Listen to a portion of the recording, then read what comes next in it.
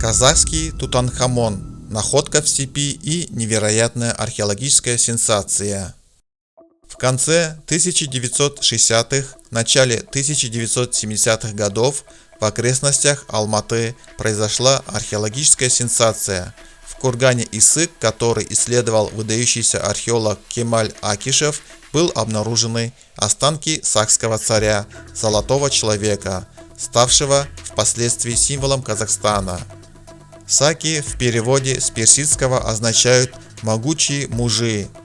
В сочинениях греческих авторов их называют азиатскими скифами. Слово «сака» восходит к скифскому «олень».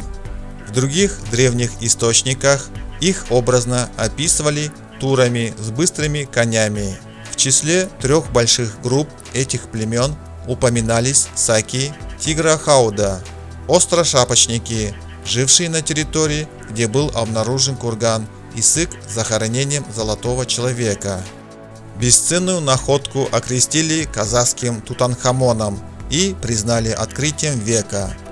Золотые украшения из короны древнего правителя степей, крылатые кони-тулпары стали частью национального герба Республики Казахстан, а скульптура Золотого человека установлена на площади Независимости в Алматы.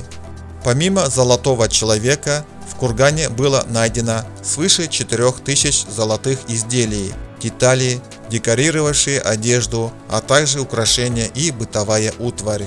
Перстень-печать с изображением солнечного человека и перстень с зеркальным щитком.